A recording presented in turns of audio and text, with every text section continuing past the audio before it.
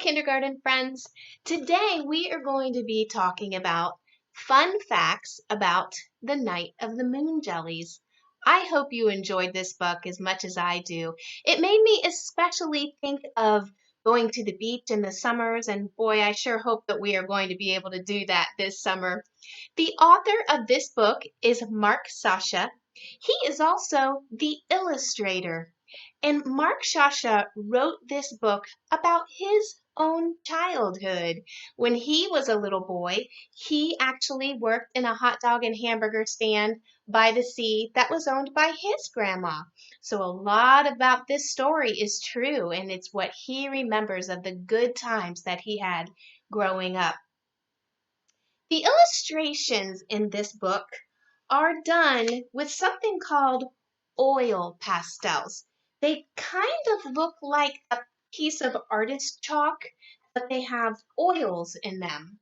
And the coloring that Mark Shasha used is very, very interesting. I want to ask you a question. When you look at this picture, does it look like they would maybe be cold or warm?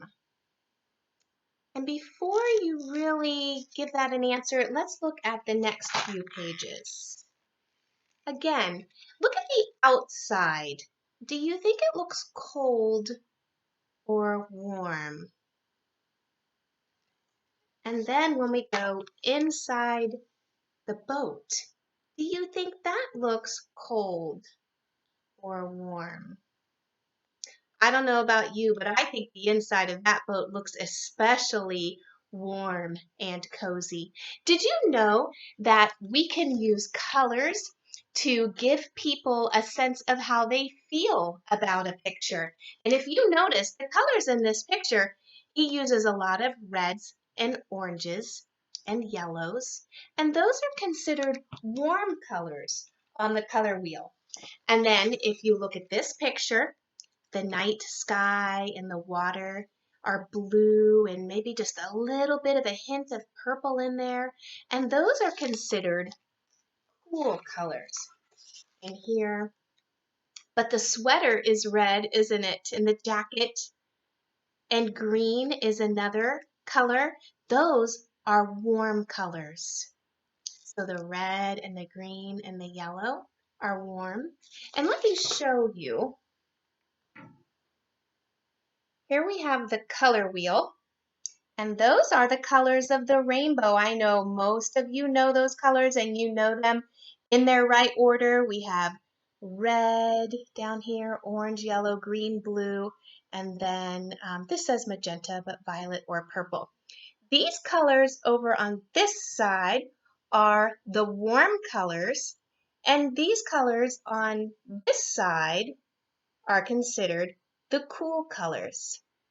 An interesting thing that you can keep in mind when you are working on your different works of art that you like to do. So let's just take a look through a few of the pictures here. So this shows Mark, and he is so excited to go to work at Margraw's, where his grandmother and his aunt and his uncle and the family work together. Do you think that Mark liked working there with his grandma? I think he did. He seems to really enjoy all of his jobs that he has, and he has a lot of important jobs, doesn't he?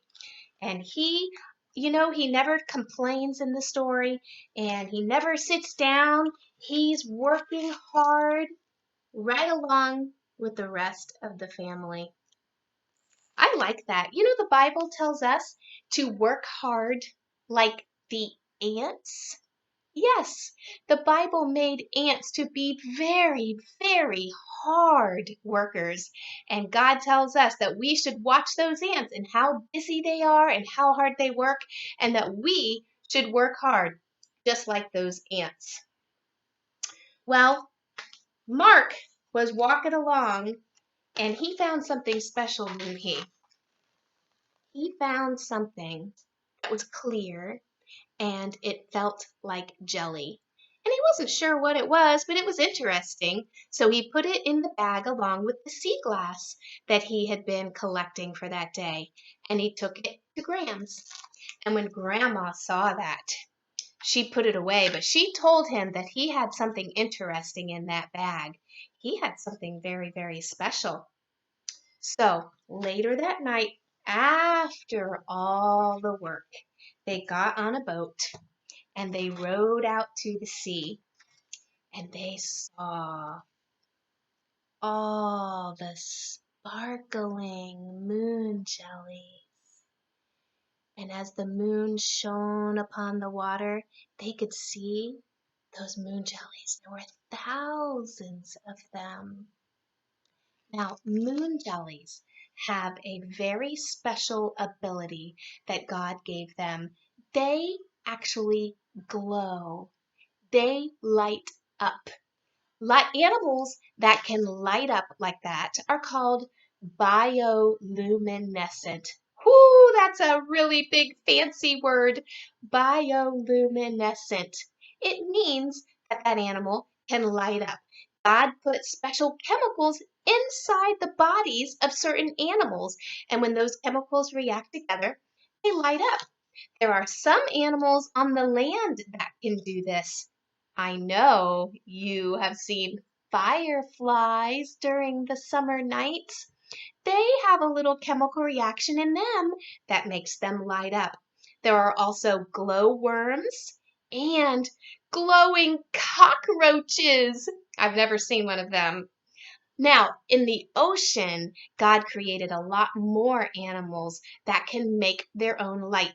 And a lot of these animals live in the very deepest parts of the ocean, where it's so deep that light cannot reach and it's dark all the time. So these animals can create their own light to help them see.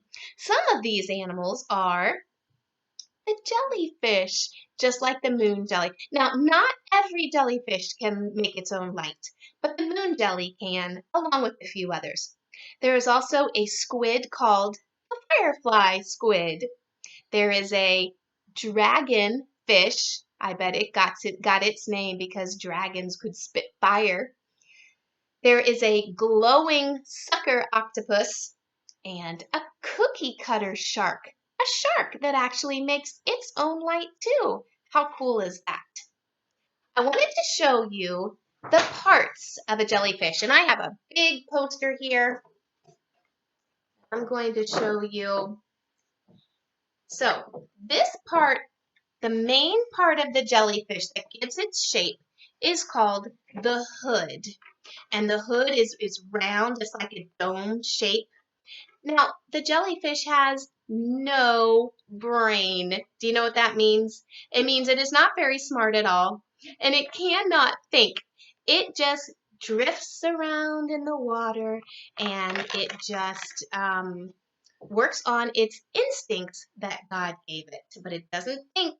It doesn't think and see prey and go after food and catch it. It just happens to drift into its prey, or the prey accidentally swims into it, like we see on Nemo, don't we? So down here, right here are the tentacles. And these are sticky little ribbons of material hanging from the jellyfish. And they help to protect the jellyfish, and they help the jellyfish to catch its prey because those tentacles sting. They give off stinging sensation, and they can actually kill smaller animals and prey, and they can really hurt us. So we have to be careful if we see a jellyfish on the beach at the ocean. There are no bones inside of a jellyfish. They really are just kind of like a pile of jelly. Now, we have the mouth of the jellyfish is underneath, and the jellyfish is a carnivore. So it is going to eat fish. It might eat other jellyfish. It eats eggs that are floating, might eat shrimp, and there is the tiniest little animals floating around in the water. They're so tiny we cannot even see them with our eyes, and they are called zooplankton. So they eat a lot of zooplankton too. Down here, These are called the oral arms, and these wave in the water, and they can actually help if a fish or a shrimp or something is caught in the tentacles. These oral arms can actually move the food and push it up into the mouth. Interesting things about the jellyfish. I want to give you a project. I want you to think about a day at the beach. And I want you to create a poem when you think about going to the beach.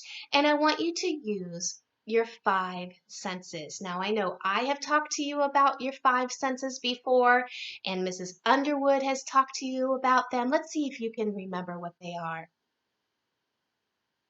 What we see, what we smell, what we hear, what we taste, and what we feel. You can create a beautiful poem by using those senses to tell about a place. So, as an example, I wrote a poem about a day at school. It says, I see sweet children smiling back at me. I smell sharpened pencils and sticky glue. I hear students laughing and learning. I taste goldfish and gummies at snack time. I feel the hugs and love of all my kindergarten friends. So I want you to take that idea and think about a day at the beach. What do you see at the beach? What do you smell? What do you hear?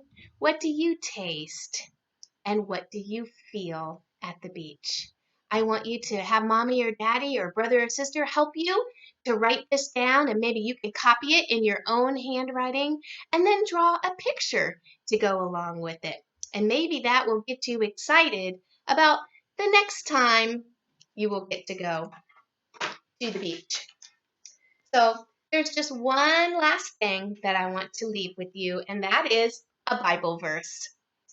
Psalm 107, verses 23 and 24, talk about some people who go out to the sea. It says, some went off to sea in ships. They observed the Lord's power in action, his impressive work on the deepest sea. And we certainly can see the beautiful, amazing, impressive work of God when we look at the sea.